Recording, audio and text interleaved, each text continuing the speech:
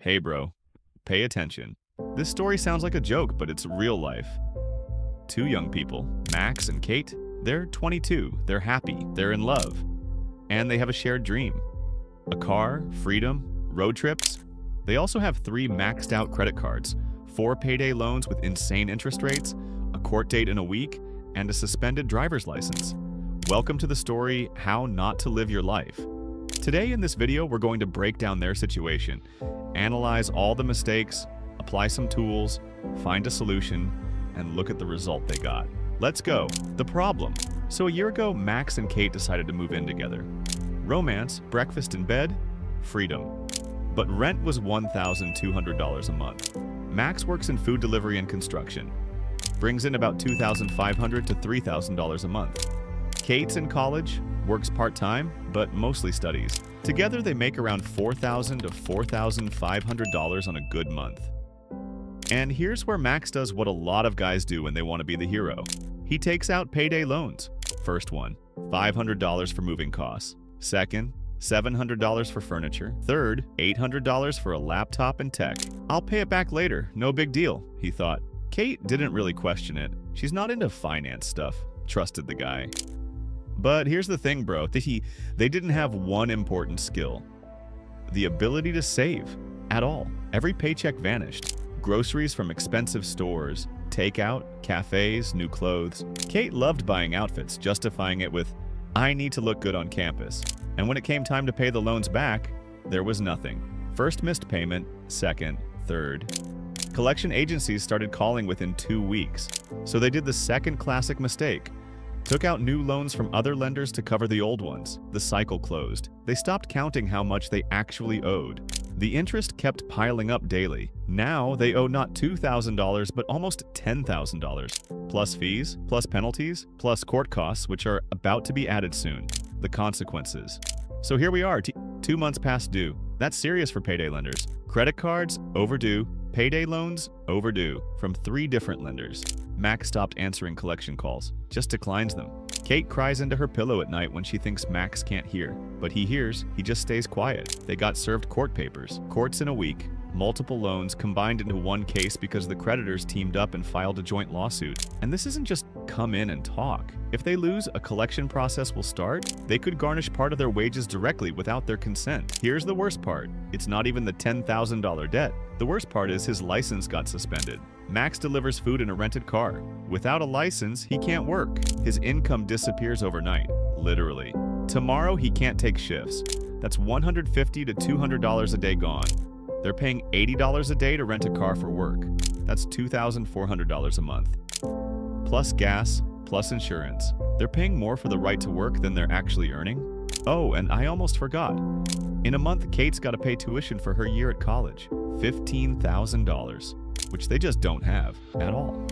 They came to me in full panic mode, and you know what I saw in their eyes? Complete emptiness. They don't believe there's a way out anymore. They thought I'd say, just consolidate, take one big loan, cover everything. But that's not a solution. That's just moving the problem around. I told them straight, there is a way out. But you're gonna have to work. Not just physically, you have to work on your mindset, your habits, how you think about money. You ready for that? They said, yes. So we started. Analysis and first tools. First thing we did, sat down and ran the numbers. Honestly, no, I think so. Just real numbers. I showed them how to do a financial analysis in Excel. Simple spreadsheet. Income on the left, expenses on the right, every dollar for the month, every receipt, every coffee run.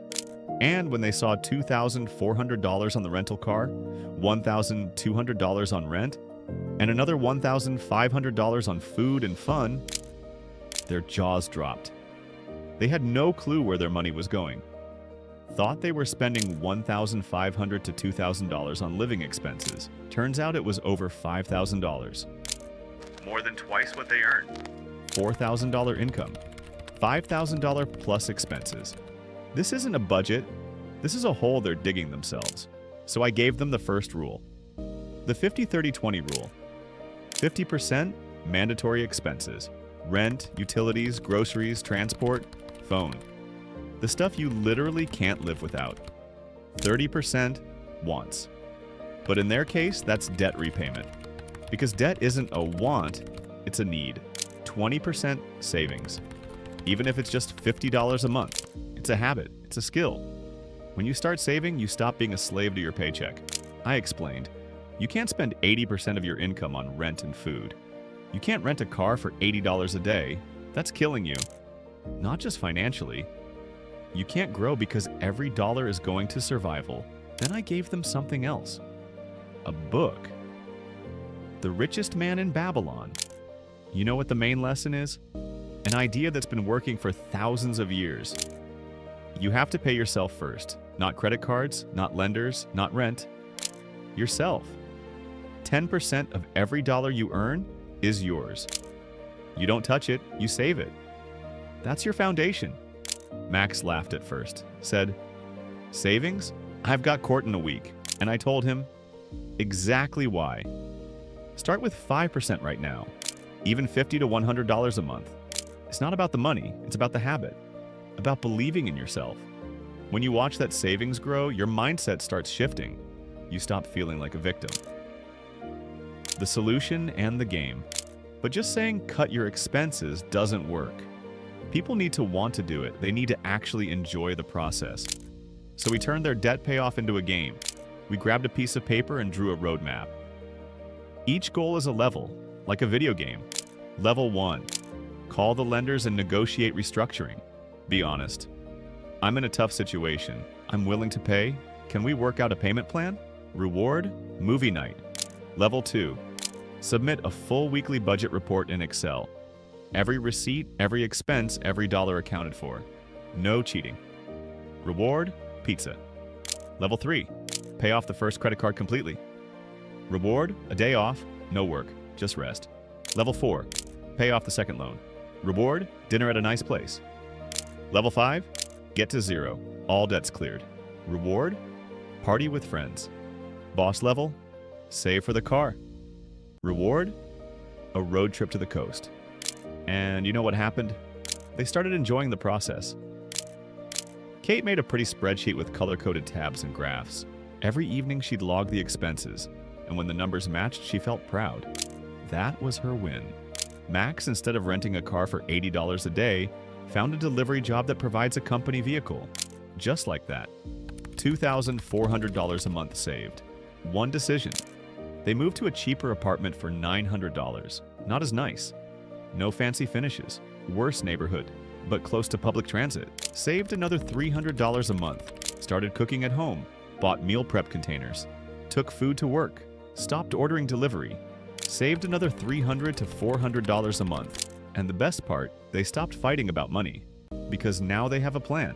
A shared plan. They're moving forward together. Kate doesn't impulse buy clothes anymore. Max doesn't hide how much he earned, and that changed everything. The result 8 months later. The court made a decision. The judge saw they were working, had a plan, and were willing to pay. In some cases, the court may work with you if you show you're ready to clear the debt. They were given a 6-month repayment plan. They paid $1,500 to $1,700 a month and cleared everything in 6 months. No frozen accounts, no wage garnishments. Just work and pay. College? Kate took a 1-year academic leave. That was tough. She cried when she filed the paperwork, but she did it. Got a remote call center job that allowed her to save and re-enroll in a year. 12 months later, they paid her tuition from their own savings. No loans, no debt. Their income went up to $5,000 to $5,500 a month. Max found a second gig, driving for rideshare in the evenings. Kate took extra shifts at the call center. They're working hard, but they know it's temporary. Rent, $900 food, $500 meal prep, buying in bulk. Utilities plus phone, $200 debt payments. First $1,500 to $1,700, then $0. Savings, $500 to $700 a month. A year later, they bought a used but reliable car. Nothing new, nothing fancy, but theirs, for about $8,000. Saved it themselves. No help from anyone. They got in that car and drove to the coast. First vacation in 2 years. No debt, no collection calls, no fear of what might happen tomorrow. Max looked over at Kate and said, "Thank you. If we hadn't started acting back then, we'd still be stuck in that hole. Kate smiled and said, "We did it, together. That's everything." And she was right. All right, let's skip the fluff. Here's what you need to take away from this story.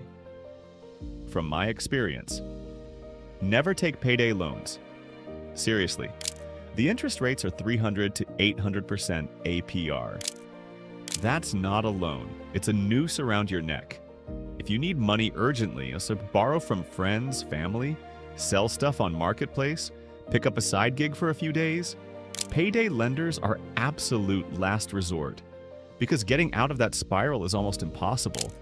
Never borrow to pay off other debt. That's like putting out a fire with gasoline. The debt doesn't disappear, it just moves somewhere else with even higher interest rates.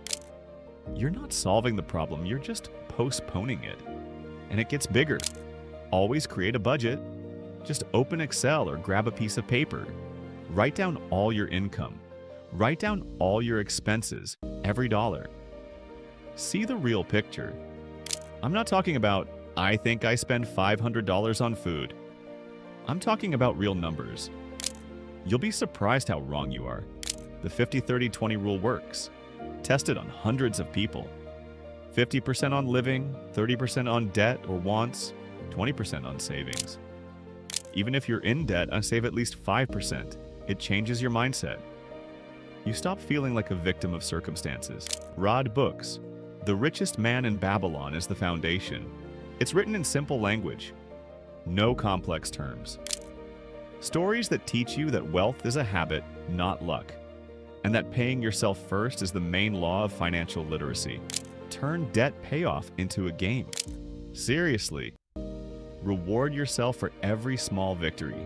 You paid off one loan, get yourself a nice dinner. You went a month without new debt. Go to the movies. You made a budget for the month. Buy a book. It works. Because your brain needs dopamine to not give up.